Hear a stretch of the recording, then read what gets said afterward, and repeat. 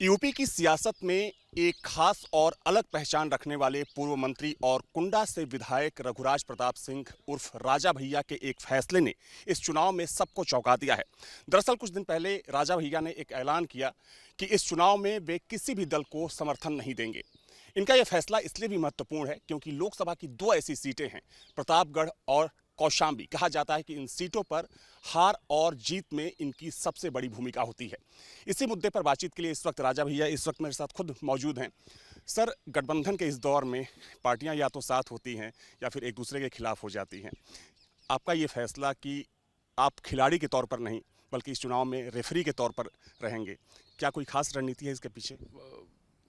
हमारा जवाब स्वयं आपने दे दिया। आपने कहा गठबंधन के इस दौर में 2019 में जब लोकसभा चुनाव हुए तो 6 महीने हुए थे हमारी पार्टी का गठन हुए।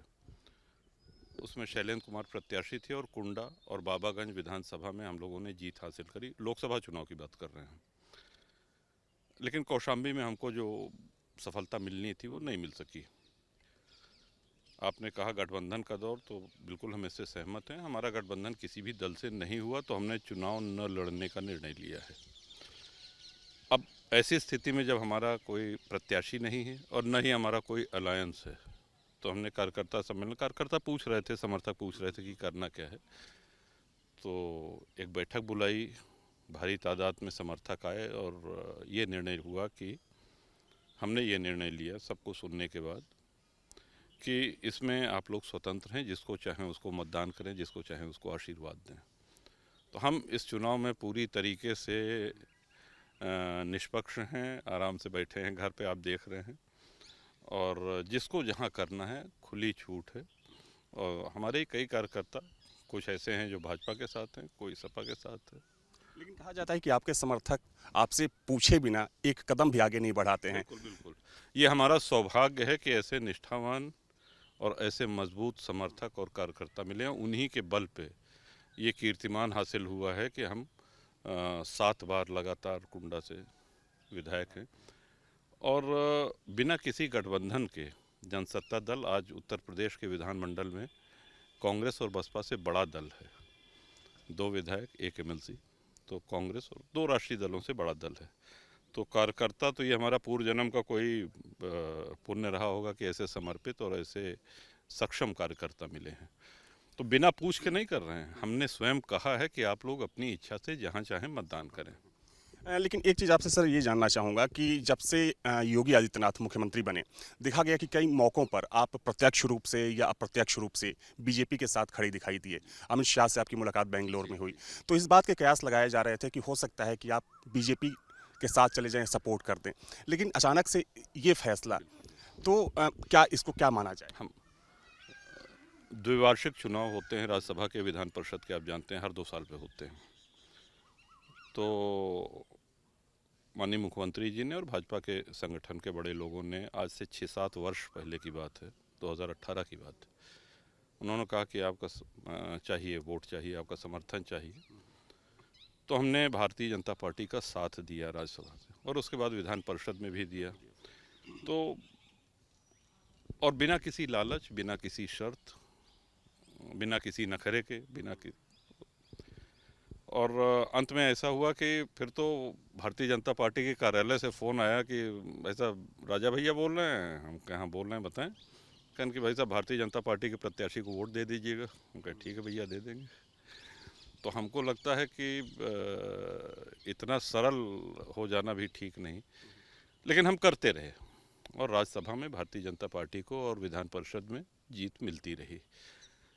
लोकसभा चुनाव जनता से जुड़ा हुआ चुनाव है और उसमें हमारे सामने धर्म संकट ये था कि जब हमारा अलायंस नहीं है किसी से और हम जनता के बीच में जाके किसी प्रत्याशी के लिए वोट मांगते हैं, तो हमारा एक नैतिक दायित्व तो हो जाता है, क्योंकि हम लोग विधायक, सांसद होने के साथ साथ एक शब्द जुड़ा हुआ है जनप्रतिनिधि। जनता के प्रति हमारी जिम्मेदारी है, तो हम किसी को लड़ाएं तो हमारा ये दायित्व तो बनता है कि कल जनता के सुख दुख में वो खड़ा रहे। तो ये नैतिक दायित्व तो हम लेने के में सक्षम नहीं थे, इसलिए हमने कहा कि हम इस बार ये नहीं कर सकते हैं। आपके बारे में कहा जाता है कि आप बिना किसी लपेट की राजनीति करते हैं, जो एक स्टीरियोटाइप की राजनीति होती है, जो एक टिपिकल टाइप की राजनीति होती है, वो नहीं करते। आप अपने दम पर राजनीति करते हैं। लेकिन एक वाकया 2 दिन पहले का है। इंद्रजीत सरोज जो कि उनके बेटे प्रत्याशी हैं, उनके खिलाफ एक मुकदमा दर्ज हुआ था 2019 में। ऐसा कहा जा रहा है कि उस मुकदमे को आप वापस लेने का फैसला कर चुके हैं। तो इसको लेकर क्या समझा जाए, क्योंकि चुनाव है, उनके बेटे चुनाव लड़ रहे हैं।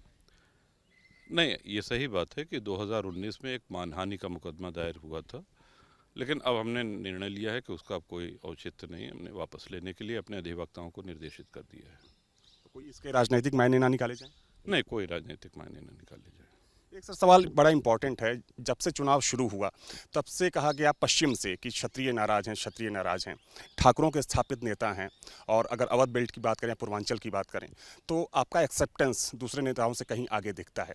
क्या वाकई में लगता है कि क्षत्रिय नाराज हैं, या फिर एक नैरेटिव सेट करने की कोशिश की जा रही है? नहीं, आप ही लोगों के माध्यम से टीवी में जो देखने को मिला, अखबारों में पढ़ने को मिला, क्षत्रियों की नाराज़गी से इनकार नहीं किया जा सकता है, जैसा कि आपको पहले दूसरे चरण में देखने को मिला। लेकिन अब वो नाराज़गी कम होती हुई भी दिख रही है, इसको भी आप मानेंगे। तो नाराज़गी अपनी जगह थी। यहाँ पे जो हम कहेंगे कि कौशाम्बी और प्रतापगढ़ का जो समीकरण है, वो सीधा है कि हम इस स्थिति में नहीं थे कि हम किसी के लिए वोट मांगें और जनता से ये जाके कहें कि साहब इनको वोट दीजिए, ये आपके सुख दुख में खड़े रहेंगे। तो ये मतलब इसके पीछे की पूरी कहानी अच्छा है, क्योंकि हम क्यों किसी से मतलब एक छलावे में रखें जनता को कि नहीं, जो होगा देख लेंगे। राम मंदिर को लेकर एक सवाल आपसे मुझे पूछना था। चूँकि बड़े राम भक्त हैं, आपने वहाँ पर जो न्यौछावर निधि चलाई गई उसमें भी आपने समर्पण किया। आपको लगता है कि ये फैक्टर काम कर रहा है? चूँकि बीजेपी इसको एक उपलब्धि के तौर पर लोगों के बीच में ले जा रही है, विपक्षी पार्टियाँ भी इस पर बयानबाजी कर रही हैं। आपको लगता है कि इससे बीजेपी को फ़ायदा होने वाला है? भगवान श्री राम का मंदिर बनना, ये और हम लोगों के जीवन काल में बनना, ये परम सौभाग्य की बात है। और हम इसलिए भी अपने आप को और सौभाग्यशाली मानते हैं कि हमको प्राण प्रतिष्ठा में जाने का निमंत्रण प्राप्त हुआ।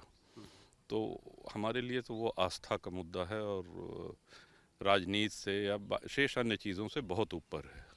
और ये हमारा परम सौभाग्य है, इस पूरी पीढ़ी का परम सौभाग्य है, जो उस भव्य मंदिर को निर्माण होते हुए जिन्होंने देखा और जो अब दर्शन करने जा रहे हैं। एक आखिरी सवाल सर मेरा ये है कि आप बीजेपी के साथ नहीं है, किसी भी पार्टी के साथ नहीं है, लेकिन कई मौक़ों पर आप मुख्यमंत्री की तारीफ़ कर चुके हैं, प्रधानमंत्री नरेंद्र मोदी की तारीफ़ कर चुके हैं। तो ये माना जाए कि भले ही आपने समर्थन ना दिया हो, लेकिन योगी और मोदी के आप साथ हैं? नहीं, देखिए, साथ नहीं, कुछ काम ऐसे हैं जो अच्छे हैं, उनकी प्रशंसा आपने हाउस में भी हमारा सुना होगा। जो कमियां हैं सरकार की वो भी हम कहते हैं, जो उपलब्धियां हैं वो भी कहते हैं। और आपने भी अपने वक्तव्य में थोड़ी देर पहले ये कहा कि साहब स्टीरियोटाइप जो नेता होते हैं उनसे थोड़ा अलग हैं आप।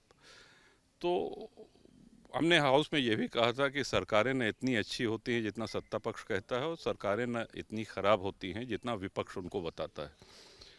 तो एक विधायक के रूप में सदन में जो सरकार की कमियां हैं उनको उजागर करना, इसलिए उजागर करना कि उनमें सुधार हो, ये करते रहे। आप कहीं सदन में हमारा भाषण आप लेके देख सकते हैं, सुन सकते हैं। कई मौक़ों पर हमने देखा है कि आपने कमियां भी गिनाई हैं। बिल्कुल बिल्कुल, हमेशा करी है, हमेशा करी है, और सकारात्मक ढंग से, कमी निकालने की वजह से कमियां नहीं गिनाई हैं। हमसे बातचीत के लिए बहुत बहुत धन्यवाद आपका।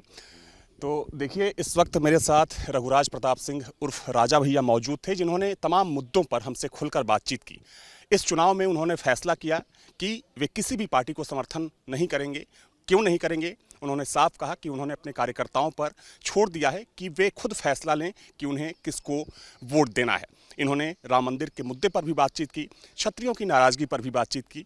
इनका साफ तौर पर मानना है कि शुरू में क्षत्रिय थोड़े नाराज़ ज़रूर लग रहे थे, लेकिन अब नाराज़गी काफ़ी हद तक कम हो गई है। वीडियो जर्नलिस्ट विधान के साथ अविनाश सिंह, न्यूज़ स्टेट, प्रतापगढ़, कुंडा।